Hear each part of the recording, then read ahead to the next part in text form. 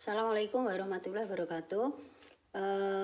Selamat datang anak-anakku kelas 11. Kita akan mulai belajar fisika. Kita masuk ke bab 2 yaitu tentang elastisitas dan hukum Hooke. Pada prinsipnya, semua benda padat itu mengalami perubahan bentuk apabila diberikan gaya. Ada benda bila gaya yang bekerja dihilangkan bisa kembali ke bentuk semula, tetapi ada juga yang bersifat permanen, tetap pada bentuk yang baru. Hal ini sangat tergantung pada sifat elastisitas benda itu. Benda yang dapat kembali ke bentuk semula bila gaya yang bekerja pada benda tersebut dihilangkan itu disebut benda elastis. Contohnya karet gelang, kemudian ada pegas, kemudian ada plat baja, kemudian ada penggaris yang terbuat dari mika. Sedangkan benda yang tidak dapat kembali ke bentuk semula bila gaya yang bekerja pada benda tersebut dihilangkan disebut benda plastis. Disebut benda plastis. Kalau yang tadi diberikan gaya kemudian kembali ke bentuk semula itu disebut elastis. Kalau benda yang diberikan gaya tetapi tidak kembali ke bentuk semula itu disebut plastis. Contohnya ya plastik itu kan, coba kamu misalkan punya plastik, kamu berikan gaya, kamu tarik, jika kamu lepaskan maka dia tidak akan kembali ke bentuk semula, seperti itu. Jadi sudah tahu ya bedanya antara elastis dan plastis. Nah, pada hukum Hooke ataupun elastisitas nanti ada yang namanya tegangan dan regangan. Tegangan. Yuk kita ke tegangan. Tegangan itu disebut juga stres. Nah, kan banyak orang itu, orang-orang jadi stres. Mengapa? Karena tegang terus, mikir terus. Itu nanti orangnya lama-lama menjadi stres. Mari kita mulai dari tegangan dulu. Yang pertama, tegangan. Tegangan atau stres. Jadi, jika suatu benda diberi gaya, maka akan mengalami perubahan bentuk. Ada 3 jenis perubahan bentuk ini, yaitu rentangan, mampatan, dan geseran. Saya gambarkan ya. Misalkan ini bentuk yang normal. Ini bentuk normal. Dari normal kemudian ada yang namanya rentangan, berarti dari sakmene menjadi sakmene iki. Ini direntangkan ke sana dan ke sana. Ini disebut rentangan.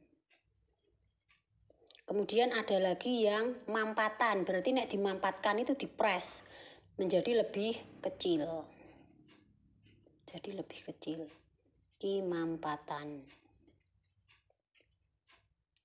Kemudian ada lagi yang namanya geseran. Geseran ini. Jadi seperti ini. Ya ke sana F, kemudian ke sana juga ada F. Ini disebut geseran. Nah, ini ada macam-macam perubahan bentuk. Nah, misalkan jika suatu batang dengan panjang semula 0, L0 misalkan. Ini ada batang. Panjang mula-mula L0. Dengan luas misalkan A. Luas dari batang A. Jika ditarik dengan gaya, maka akan mengalami perubahan bentuk, yaitu dengan mengalami perubahan panjang. Misalkan jadi segini. Nah, berarti kan pertambahannya ini tuh ya. Iki. Ini disebut dengan delta L. Nah, maka tegangan rentang atau tegangan tarik itulah disebut stres. Stres merupakan perbandingan antara gaya dengan luas penampang. Stres itu disimbolkan dengan tau. Jadi tau itu perbandingan antara gaya dengan luas. ini stres. Dengan satuan kita lihat F satuannya Newton, luas penampang satuannya meter persegi. Ini tegangan. Kemudian yang kedua ada regangan. Regangan. Kalau tegangan tadi stres, kalau regangan disebut strain. Strain atau E. Nah, regangan merupakan perbandingan pertambahan panjang benda dengan panjang benda semula. Berarti iki dari gambar ini, delta L dibagi dengan L0. Jadi E, perbandingan antara pertambahan panjang dengan panjang mula-mula. Nah, E itu mempunyai satuan apa? Kalau delta L punya satuan meter, L0 punya satuan meter. Meter dibagi meter hasilnya hilang. Berarti regangan tidak memiliki satuan. Tidak memiliki satuan. Nah, itu regangan. Kemudian ada lagi yang disebut dengan yang ketiga modulus Young atau modulus elastisitas. Nah, untuk regangan yang kecil dari hasil eksperimen membuktikan bahwa tegangan itu sebanding dengan regangan. Saya ulangi. Untuk regangan yang kecil dari hasil eksperimen membuktikan bahwa tegangan sebanding dengan regangan. Jadi modulus elastisitas itu disebut juga dengan modulus Young, yaitu perbandingan antara tegangan atau stres dengan regangan atau strain. Modulus Young itu jika saya buat simbolnya Y. Jadi Y perbandingan antara stres dengan strain. Nah, stres tadi apa? F per A. Lah, strain itu apa? Delta L per L. Nah, ini kan papat toh iki. Jejer-jejer tumpuk papat. Boleh enggak kita ringkas nih? Boleh saja. F per A kali L per L0. Jadi modulus Young F L per A L0. Ini tuh ya. Kita ulangi coba. F per A delta L per L0. Oh ya. Oh gini. Balik. F per A kali L0 per delta L. Kan dibalik ini, perkalian. Jadi Y F kali L0 per A kali delta L ngono. Gini. Ini modulus Young. Lah berarti satuannya apa ini? Satuan coba kita lihat. FL0 per A delta L. Ini kan hilang podo meter. Berarti satuannya sama dengan stres. Seperti itu. Nah, ini dari elastisitas. Kemudian kita lanjutkan tentang hukum Hooke. Hukum Hooke. Pernah dengar enggak hukum Hooke?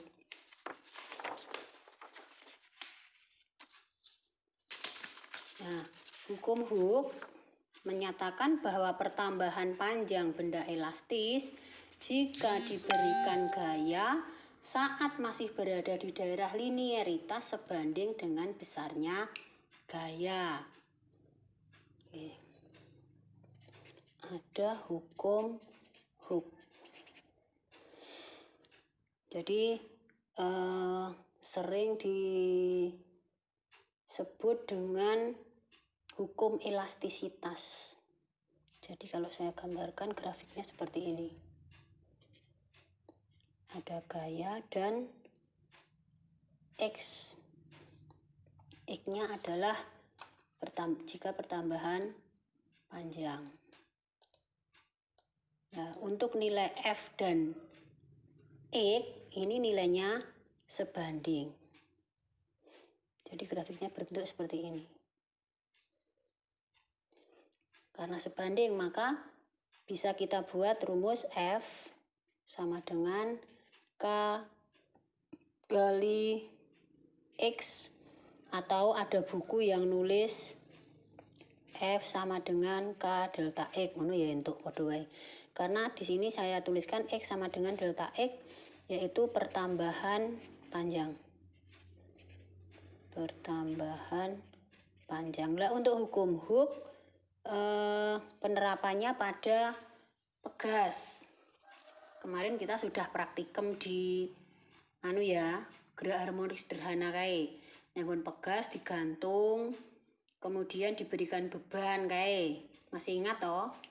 Jika sebelum diberikan beban, misalkan panjang mula-mulanya L0, kemudian setelah diberikan beban maka pegasnya menjadi bertambah panjang.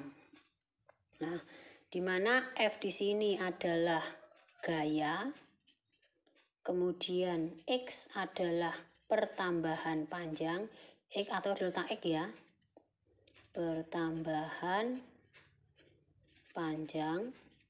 Iki satuane Newton, iki satuane meter.